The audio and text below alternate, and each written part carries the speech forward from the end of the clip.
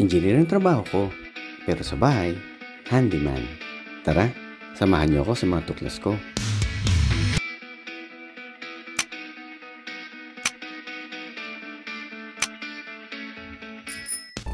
Magandang araw mga ka-project! Kumusta kayo?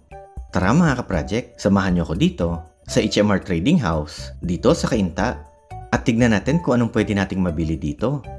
At nagbebenta pala sila ng mga plastic case ng power tools. Tamang-tama, kailangan ko na palang palitan yung tools bag ko. At ito yung mga empty plastic cases na bala ko ipamalit sa kanya mga ka-project. Ha? Grabe, 2,999? Ang mahal naman. Uy, ito 299 lang. Kaso parang maliit, saka walang lock. Kailangan ko pa siyang bilan ng lock niyan.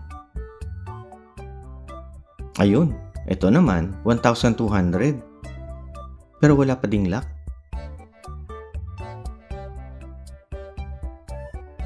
Pero ito, uy, okay yung laki niya.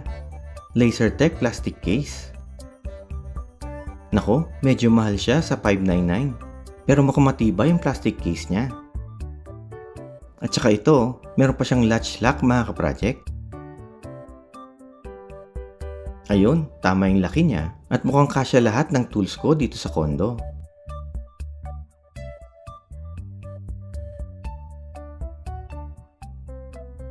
Sige, ito na yung kukunin ko mga ka-project. Tara, at bayaran na natin siya. Uy, okay ah. Naka 50% discount din pala siya. Okay siya? Nakaswerte tayo mga ka-project. Tara, uwi na tayo sa kondo. At simulan na natin yung bago kong project mga ka-project. Ang ganda ng plastic case niya. At makinis pa siya.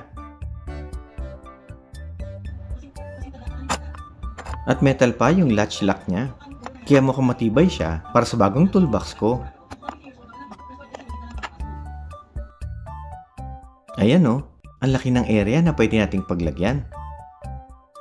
Ang gagawin ko mga ka-project ay tatanggalin natin itong molded plastic case sa loob at sa mga gilid natin siya ikakat.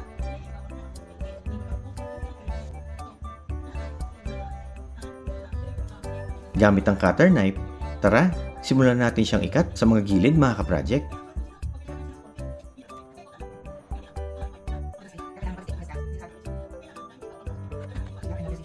Nako, medyo may katigasan at makapal yung plastic niya sa mga gilid.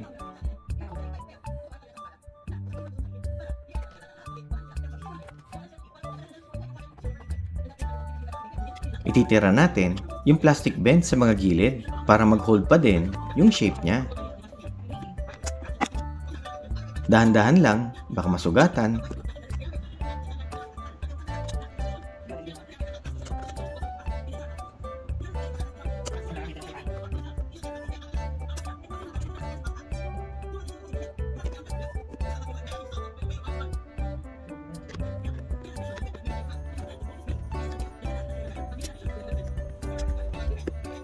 Ayan, tapos na.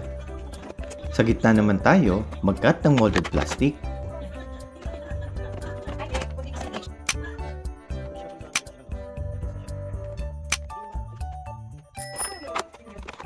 Ayan, at unti-unti na nating tanggalin.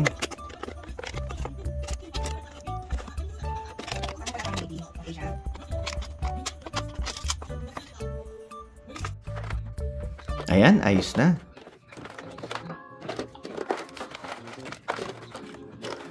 Ayan, natanggalan na yung isang side. Ngayon naman, dito tayo sa kabila.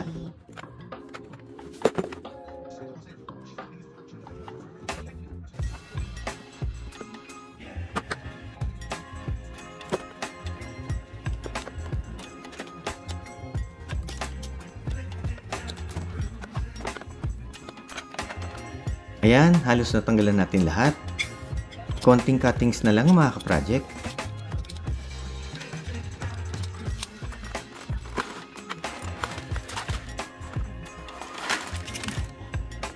Ayan, ayos na. Malinis na yung loob.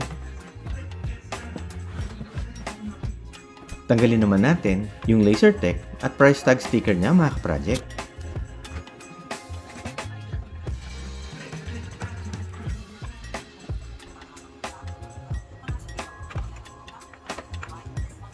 At ayan, bumili na din ako ng mga maliliit na plastic boxes at pouch para masegregate ko yung mga laman sa toolbox ko mga ka-project.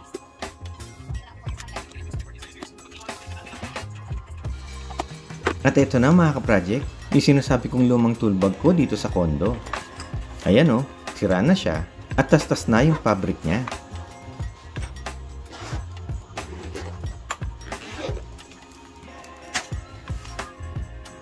At ayan, kasya yung mga tools ko dito sa bagong toolbox ko.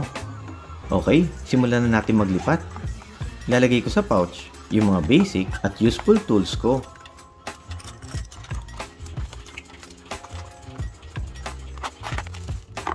Dito naman sa airtight box, ilalagay ko yung mga consumables ko para hindi sila mapipi at mabasa.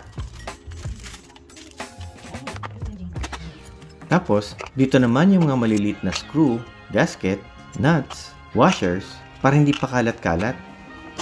Ayan, ayos na. At ilagay natin sila lahat. Ayun o, nagkasya lahat yung mga tools ko mga ka-project. At maluwag-luwag pa nga siya. Ayos na yung toolbox project natin. Ito na naman ang bago kong tuklas mga ka-project. Kung nagustuhan nyo yung video ko or may natutunan kayo, pakiclick naman yung like, don't forget to share, and subscribe to my YouTube channel. Pakiclick na rin yung bell icon para ma-update ka sa mga bagong videos ko. Hanggang dito na lang mga ka-project. Maraming salamat!